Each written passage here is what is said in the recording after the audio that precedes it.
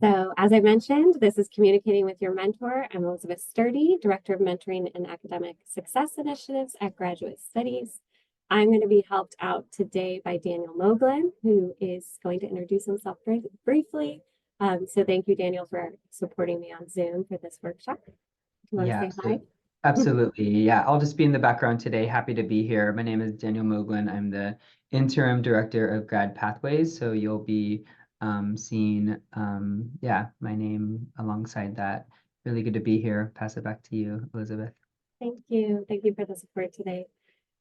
So this is a session as part of our Mentoring Up program that we developed through Graduate Studies. This has been traditionally an in-person campus-wide workshop series that we've done. And this past quarter and this quarter, we've experimented with breaking them up into Zoom workshops just to try and reach more folks, make it accessible in different ways and kind of easier to complete for those who weren't able to commit to a full series program. So thank you for joining us. I see some familiar names, so I know many of you have taken our other topics. Today is about how you as mentees can communicate with your mentors. We're going to be talking through different strategies, challenges, and different techniques that you can use as the mentee. I do want to acknowledge that I do run a faculty mentor training program. So we're not only engaging with mentees, there's a lot of training and outreach and resources I do on how mentors can better communicate with their mentees. But today we'll be focused sort of on your role as a mentee and strategies you could try as you're working with faculty.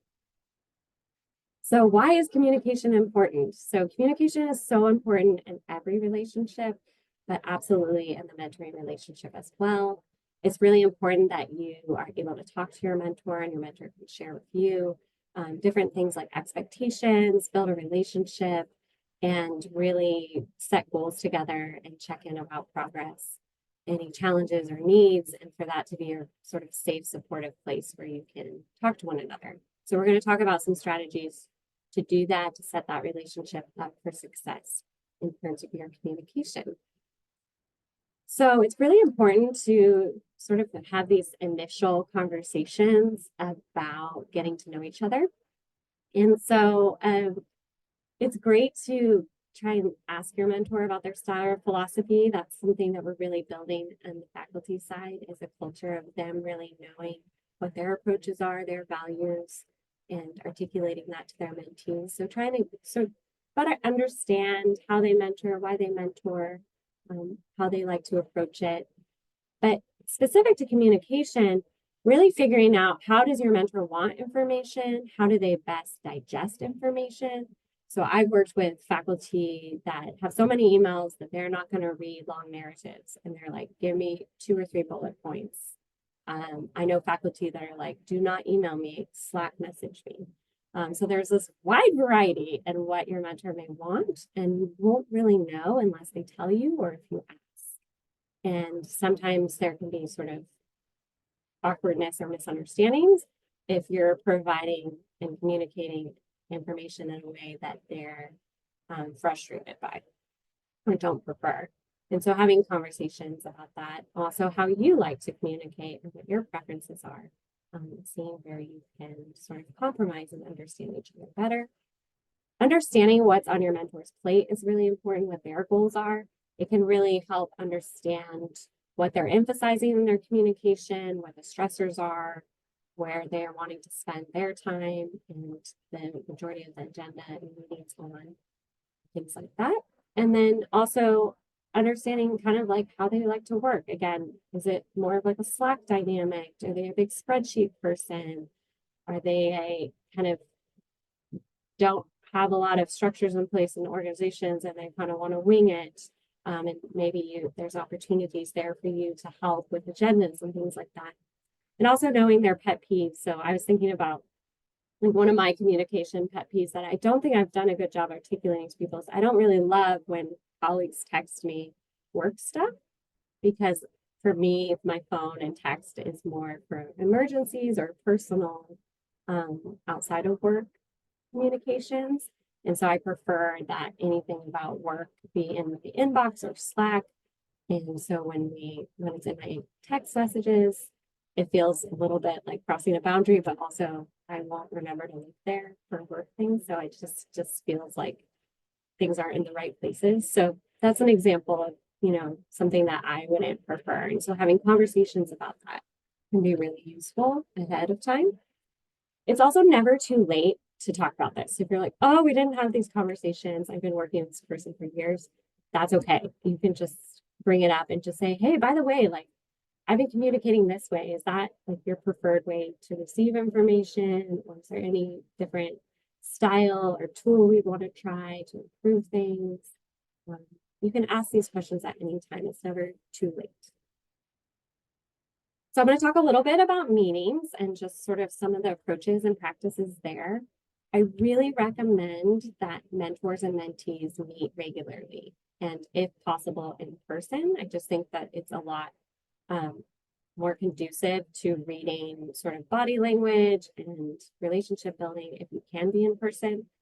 And if not, hopefully being able to have video on or some way to see one another would be ideal.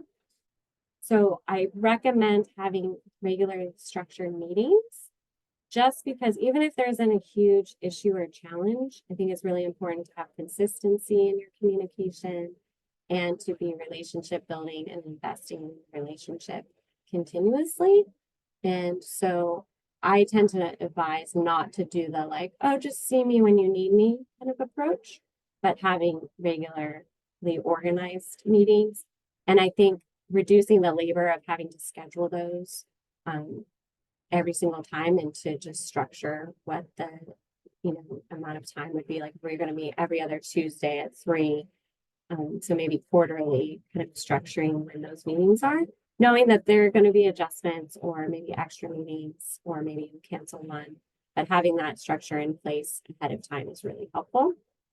And then really having some discussion about why you're meeting. Do you both have the same sort of approach and goals about what the meetings are for? And figuring out what you want to talk about there and what might be, set aside for different types of meetings. Maybe there are certain topics that are more lab meetings, maybe your professional development conversations are annually. So just figuring out sort of what sort of things you'll talk about, what you want to accomplish in your meetings, how you want to track that, which I will talk about shortly. And then also really use your meetings to align expectations. And we do a whole separate workshop on this and how important it is to set expectations. There's some tools here that you'll get when we send you the slides, but really talking about in your meeting, what are the expectations for that time period, for a project, for a quarter, using a lot of your time in meetings to clarify what those are so that there's no misunderstandings. You know what you're expected to do. You'll know how you're being assessed and documenting those so that you both have this shared understanding of what was discussed and what is expected. And there are a lot of tools to help you do that. And so there are 2 here, but there are ways to start to prompt these conversations and to help you write them down. And that's something we really emphasize for setting your relationship up for success. A few more things about meeting is just figuring out the roles too of whose responsibility setting up meetings are and making agendas. So these are just like logistical things that can cause inefficiencies if we don't directly talk about them, right? And we really want to make this smooth. And another great approach is to take notes in a shared document that you both can see. Again, trying to document a lot of what you're discussing and having a record that you both can access. Some people email back sort of the notes to sort of trigger, here's what we discussed. Some people put them in Google Doc or use different softwares to sort of track agendas and notes. But this is a great way to be able to refer back to what was discussed, have a record or catch where there was miscommunications, where someone can correct, oh, that's not how I remember this conversation. I think this is what I meant. So catching that sooner. A lot of times I'm hearing that mentees are doing this work. They're often the ones setting up the meetings, setting the agendas, and creating the structure for the notes and often taking the notes. And so that's one way that you can kind of set this relationship up for success. I want to mention I do this with my boss. I created a box folder. I create the agendas. I take the notes in the running Google Doc for my relationship with my boss. So these are skills that help me, even in my professional role, have a really successful relationship with my supervisor. Another tool I want to share with you is called the 515 tool, which I'm going to show on the next slide, and Daniel's going to pop in the chat. This is a cool format that I share with faculty and students and postdocs because I think it's a great template to use for your agendas if you like it. It's called a 515 because it should take 15 minutes for you to fill out. And it has these great sections. So it calls out your accomplishments since the last meeting, your detailed plans for going forward, calls out the opportunity for any obstacles you're having. So any challenges, anything that you need help with, and having this here is really helpful in just normalizing that you're going to be talking about those. And then opportunities, things you're learning, things where you want to grow, things that are exciting that you might want to pursue. So again, kind of normalizing, standardizing that into your conversations is really cool. And a lot of people that use this, they fill it out and they send it to the mentor in advance, usually about 24 hours in advance. Then the mentor can read it and they're already off to a great start and understanding kind of where you're at since last meeting. So I feel like it really makes a more efficient meeting because a lot of that, like, so what have you done since we last spoke? Content is already taken care of. You're already on the same page. And then if you have only 30 minutes together, you can really jump into, okay, congratulations on that achievement. That's amazing. This plan, little things need to change here because of this other thing. Challenges, I have a resource for this. Here's how I can help you. So you're getting kind of to part of the content much faster. And I just think this is like a really clear, concise structure. You can also tailor it. So if you want to call out different categories or things like that, you could. So just a model to consider. A lot of mentors have been introducing this to their mentees that have taken our workshops and really liked it. I think the only challenge is maybe just being consistent using it, right? So just committing to that and can be a challenge, but otherwise we've heard really good feedback about using this particular tool. And then I really want to emphasize more of the relationship building that should be, I think, happening in meetings. And this is less of the logistics side and more of the interpersonal connection side. So again, if you can create some space in the engagements you have with your mentor to connect as humans, I find that's very important in terms of getting to know each other, building a relationship, creating, sort of a foundation of working together and not just being solely focused on the research or the timelines or the data or things like that. And so thinking about what you're comfortable with, what your boundaries are, what you'd be willing to share. It's some ideas of questions here, just sort of background or what people's lifestyles are like, what they like to do for fun, what they like to do when they're stressed or burned out. These can be little things to get to know about each other, finding connections outside of the research, also better understanding each other, getting to know each other.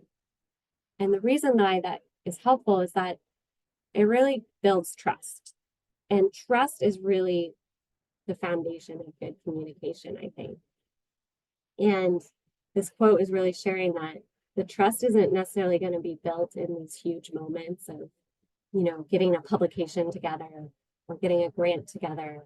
It's going to be these day-to-day interactions and how you feel when you're with the person and how they offer connection and care. And you really need trust to feel like you communicate with people moving forward. So feeling like you can share those challenges, feeling like you can go to them if there is a mistake, or feeling like you will be trusted and believed with what you're sharing, feeling like the person has good intentions and wants you to be successful. These are all things that come from having trust in the relationship. And so I've seen where the communication, there's not necessarily horrific faux pas happening with the communication, but there's so much distrust that both parties are assuming sort of different intentions, or there have been so many actions that have taken place prior that there's no longer trust, and so they're no longer able to communicate. So again, just emphasizing that this is important to invest in with your mentor and anyone you're working with to try and build. And again, doesn't always get prioritized with our time just due to all the research demands and things like that. So an additional slide of just sort of how do you build trust? What is trust? Here are some suggestions of what that looks like and feels like. And, I want to recognize that there's so much we can control as mentees in creating this environment. But being aware of what level of trust there is in the relationship and the importance of it, I think is really important. And knowing that that should also be a priority in the mentoring relationship. So trust is sort of, again, this human connection, the listening, humility, feeling like you can be authentic in the relationship, feeling like you can be vulnerable, that there's some discussion of values or understanding of values, as well as what motivates each other, what your goals are, what you want to accomplish, why you want to accomplish it. A lot of that motivation, long-term vision, stuff about you is really important for them to understand as well.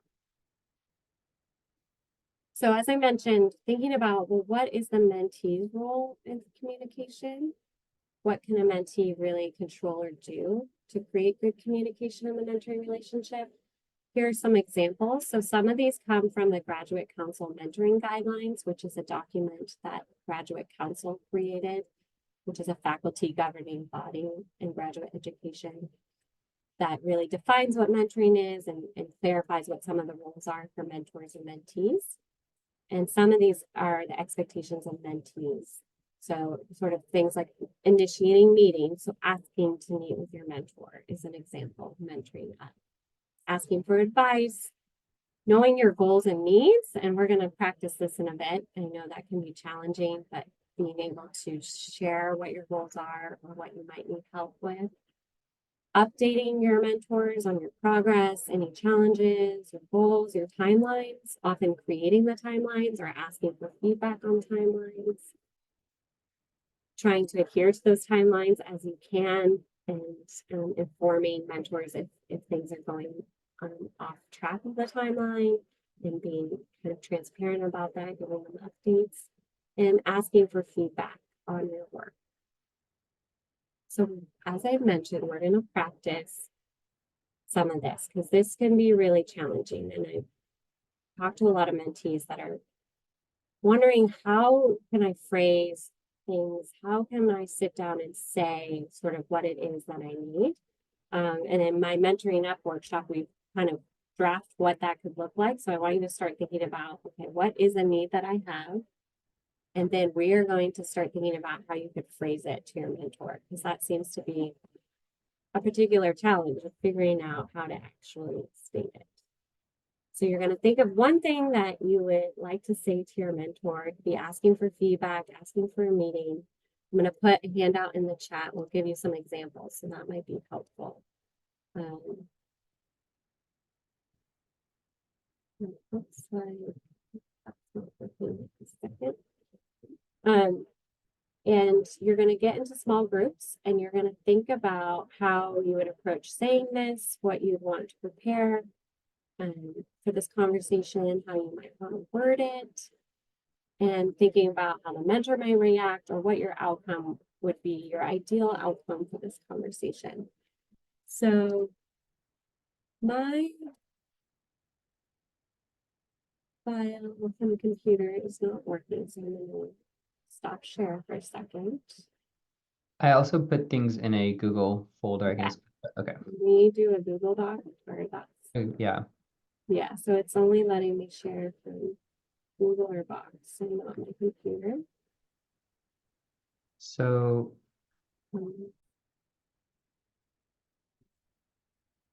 All right, welcome back and thanks for hanging in there with our breakout rooms. I know on Zoom can be a lot, but thank you. Does anyone want to throw in the chat what they want to say or what they discussed about saying with their mentor? Any good phrases that maybe all benefit from hearing? Anyone willing to share in the chat? Or anything from the handout that was particularly resonant or useful phrasing to help you articulate a request or what you want to say?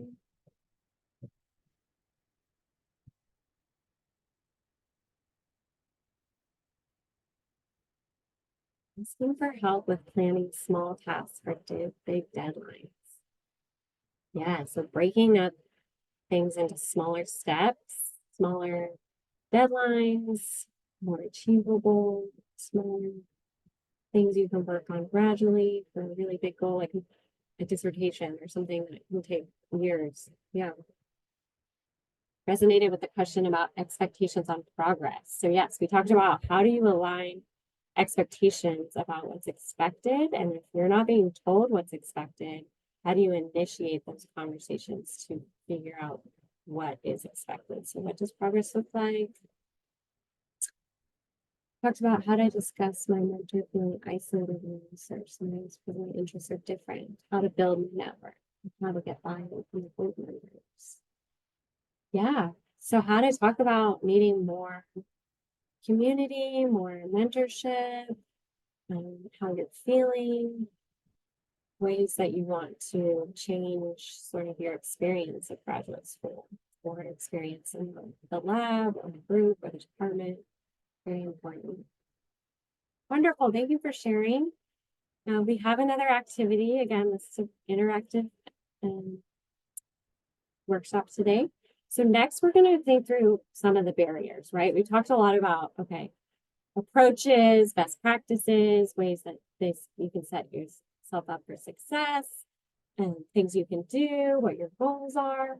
But we know that communication is really hard, right? Because we've all probably experienced when it's not going well. So now we're going to talk about some of the barriers to good communication. Where are we getting stuck? What's hard? What can we do about it? So the next activity is regarding that and thinking about what are our barriers to doing some of these things.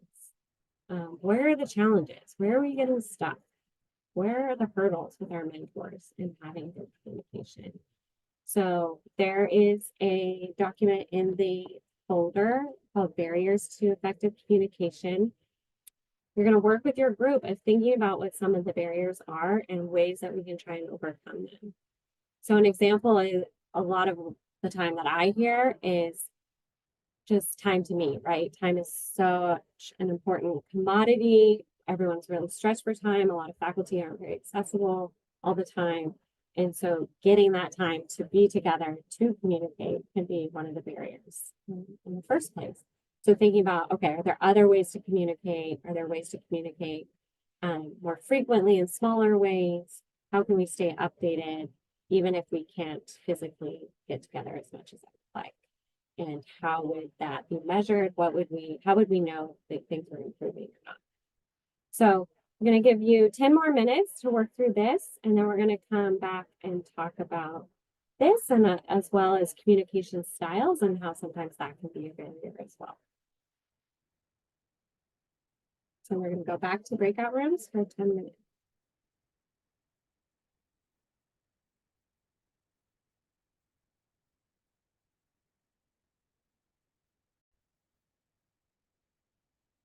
All right, welcome back. Thank you for participating in that activity. I hope it was helpful to give time to reflect on where the barriers are and hear from each other about some strategies that you can try.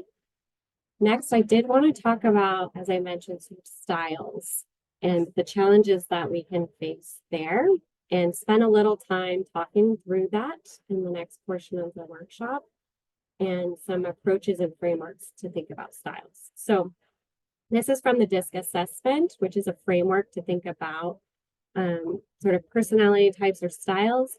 With any personality framework, you know, it doesn't mean that one is better than the other or that we can't do different styles. So it's really just trying to give us a framework to use to talk about different approaches. But I want to acknowledge that none of these is better than the other. This is just a framework created to help us think about it.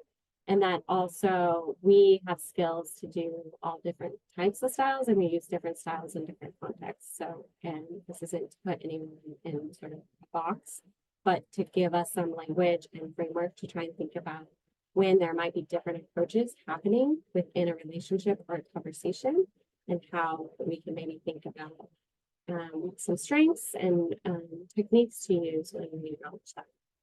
So this framework breaks down different styles into being task-oriented or people-oriented in a different scale, as well as process-oriented and expedience-oriented. So how quickly to sort of get things done.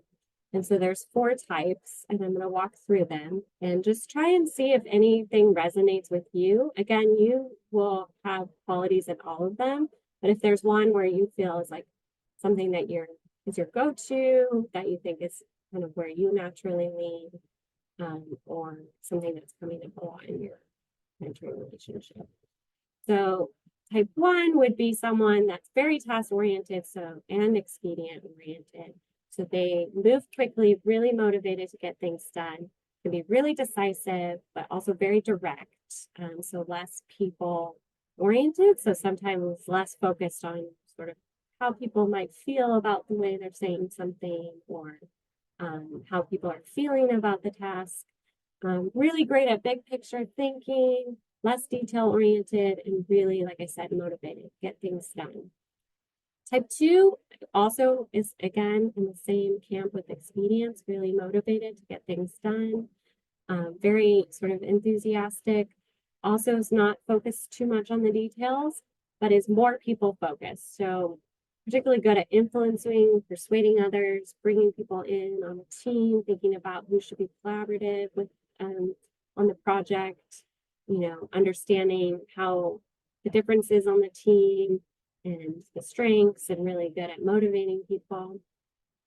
Type 3 would be more process oriented, so very deliberate with how they might approach a conversation or project, and really like to know the context and the impact before they start taking actions, likes lots of rules or procedures, going through those, but also very people oriented, so cooperation oriented as well, and really wanting to work together well on the team. Type 4 would be very methodical, very focused on the details, really wanting things accurate, less thinking about interpersonal relationships or connections, and may even want to primarily work more independently and less with others. So again, a framework to try and think about some of the differences that we sometimes see when we work with different people. I can give an example for myself.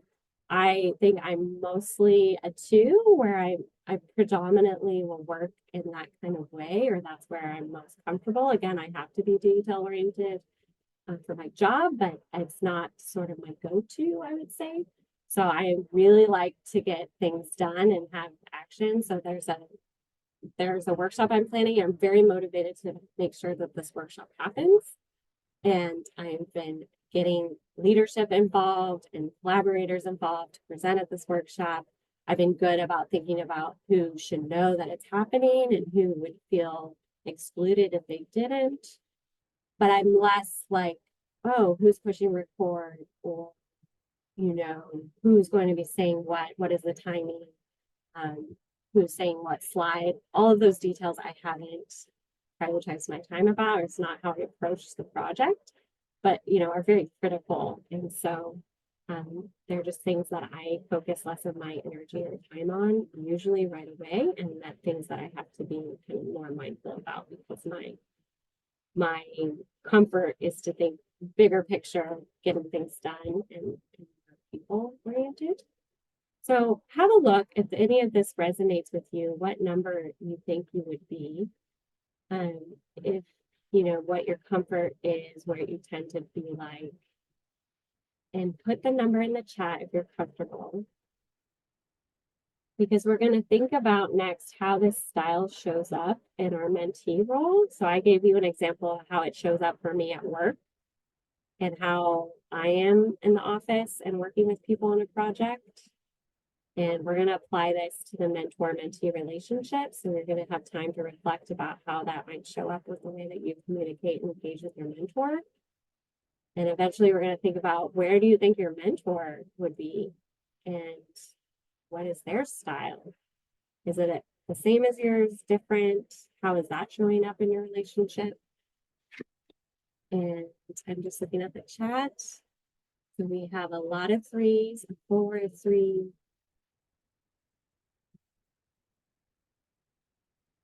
Okay.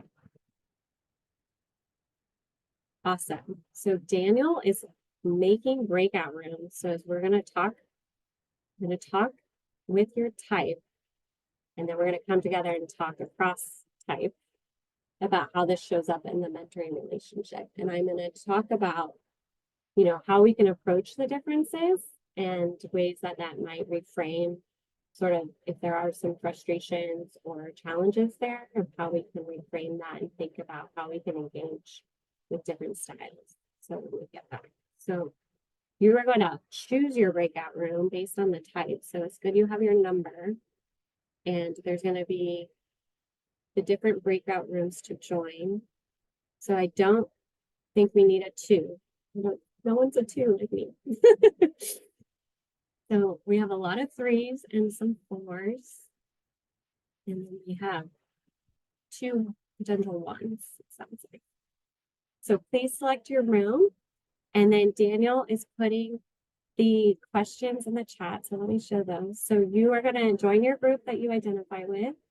And you're going to think about, how does this show up in your relationship with your mentor? So for example, you might realize, oh, I like a lot of guidance and examples. So you're more process oriented before you start a project, where maybe your mentor is like, get things done, go. And you're like, whoa, I want to go through the process in a lot more detail before I take action. So that's a potential instance of like a style difference. Can you tell what your mentor style is? Would it be helpful to know? Thinking about, how do we talk about different styles, and sort of what are the strengths of your style that you can use to communicate with your mentor or mentoring them. And we'll come back and talk about this as a large group as well in about 10 minutes.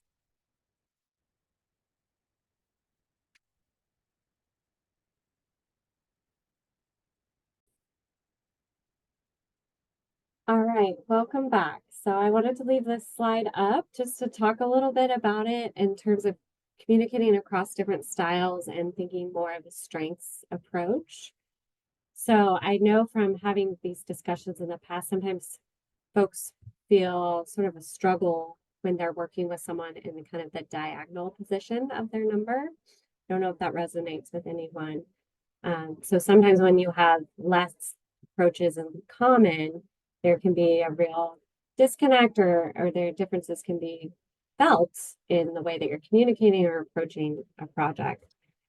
And I think one way to kind of reframe it is to really think about how you both can maximize each other's success if you work together. So kind of using some of this language or framework to recognize the strengths of the person and thinking about how they might really enhance the way that we approach the work. So going back to my being a 2, I actually really love working with process-oriented folks, because again, I don't always approach the work with that mindset. And so, as you can imagine, sometimes the details aren't always worked out. So as we saw earlier with my file upload not working, something like that, maybe someone super detail-oriented would have had that really figured out ahead of time. And so I've had great success in teaming up with those folks who it's almost like a relief, and they will really handle all the details. And then I can really do the bigger picture stuff that I love. And we are a good team in that sense. And so sometimes it's reframing it of, instead of trying to work the same way, of trying to figure out ways that you can complement each other or thinking about ways that you can contribute to an area that's not being contributed prior. So I've also worked with sort of faculty who are very task oriented, and they may have a mentee that's very people oriented. And so as like a manager of a lab or a leader of a group that's task oriented, they're not always remembering all of the details about the interpersonal relationships or how people are feeling. And so sometimes the mentees can provide that feedback, or certain people like postdocs are providing fabulous mentorship in their space. Graduate students are providing mentorship of undergrads. And so it's a way that we can kind of recognize people's strengths and let them shine where they have a lot of strengths. Does that resonate with folks? Has anyone had a struggle with a difference in approach with their mentors? Or sometimes people even struggle if they do things the exact same way and there's gaps. So again, if we're both not process oriented, then the details might not be being considered at all. For example, feel free to share in the chat. Otherwise, we're going to move on to sort of difficult conversations and conflict to end today's session. And we'll flick through the slides. If you have a question or comment about the styles, feel free to add.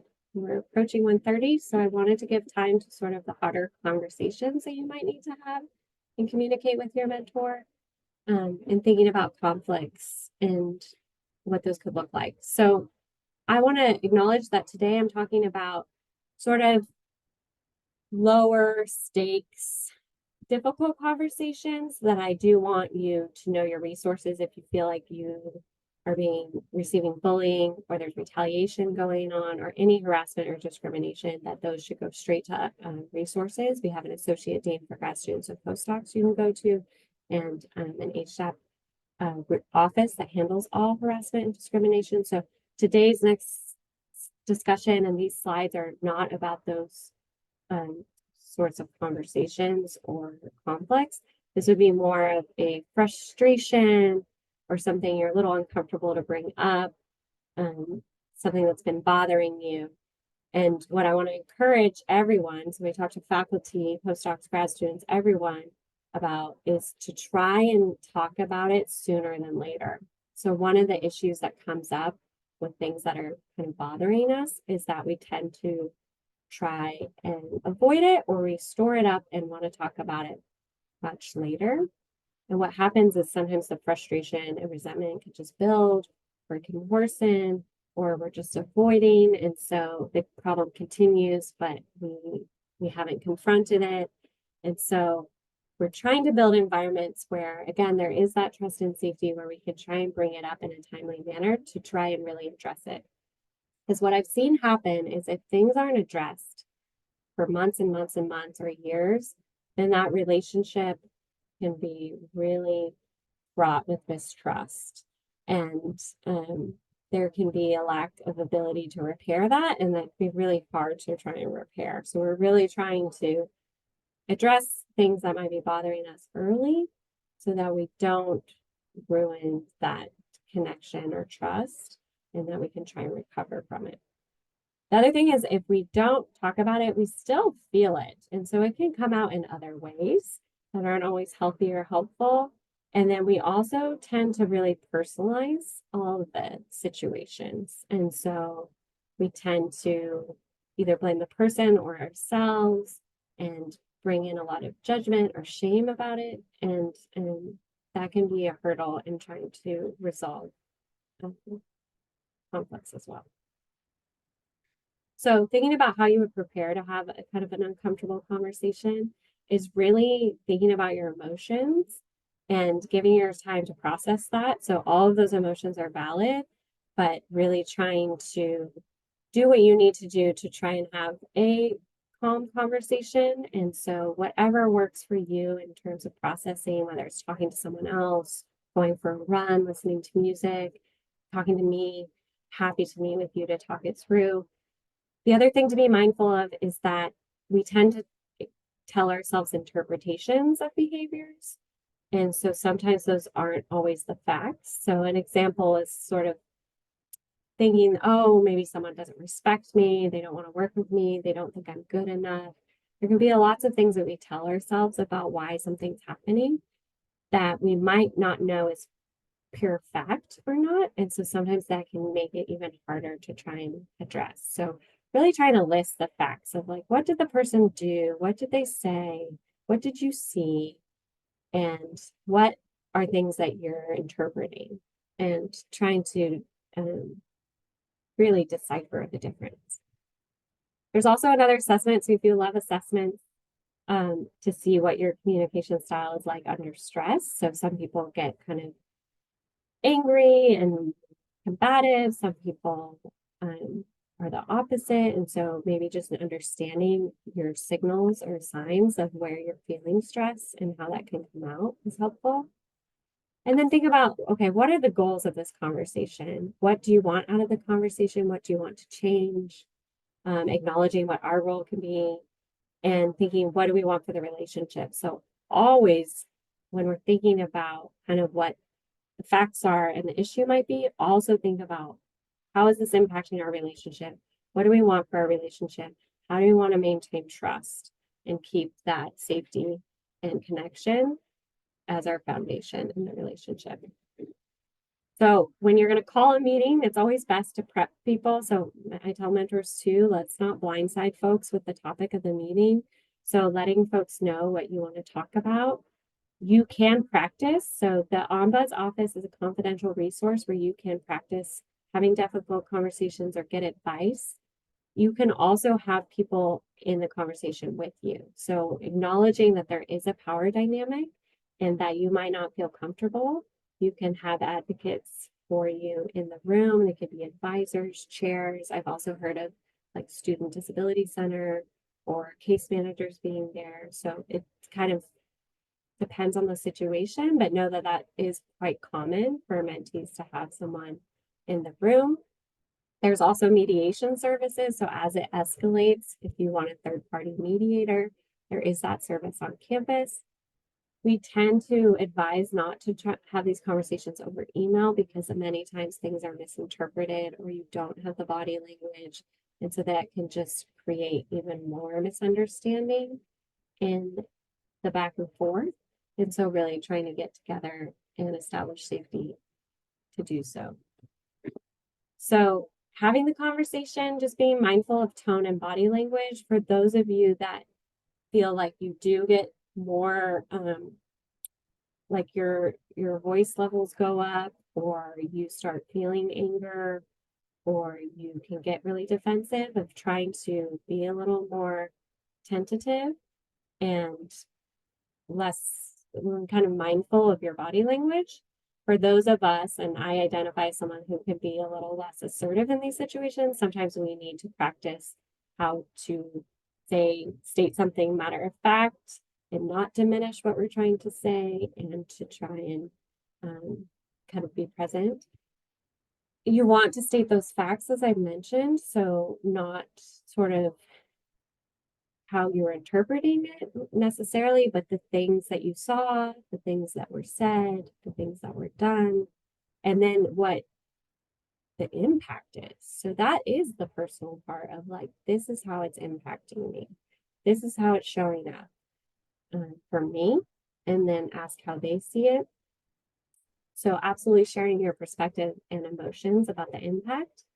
Try to use I statements as much as possible. The you puts people on the defensive. So just in general, we acknowledge that using I and speaking for yourself is a good approach. What to do if you feel like there's no safety in the conversation. So it's off track. So someone's getting defensive, angry, or they're just completely shutting down. Those are really signs to you that there's a lack of safety. So you want to stop talking about that particular topic and you want to try and reestablish it, or you can kind of give an out and try again later, or bring in a third party, or kind of escalate to another resource.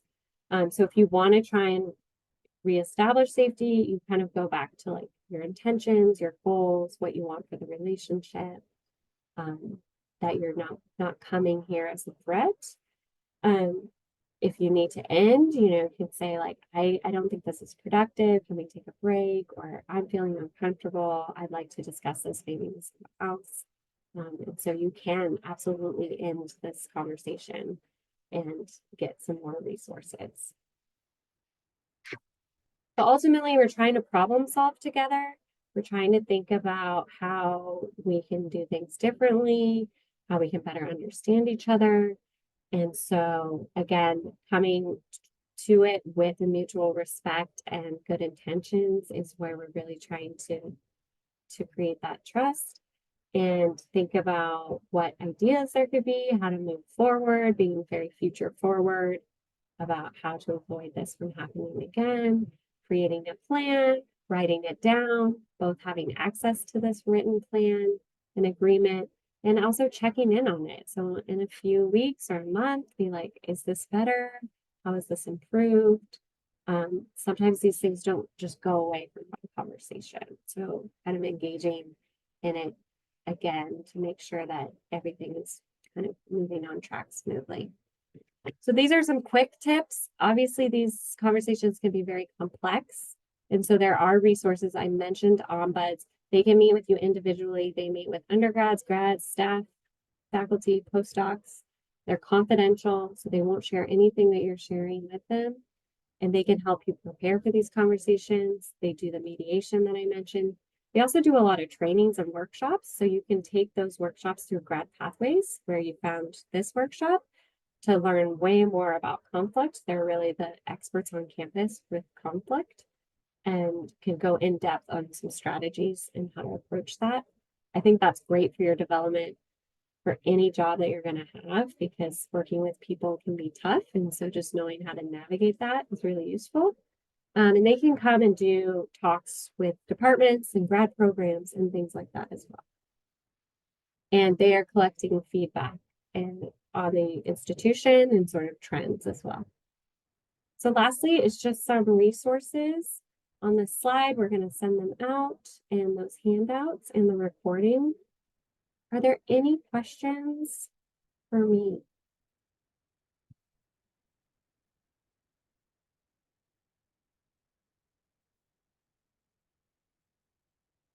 Feel free to add them on the chat. I'm going to stop the recording and hang on for a few more minutes just for anyone that wants to chat or has questions.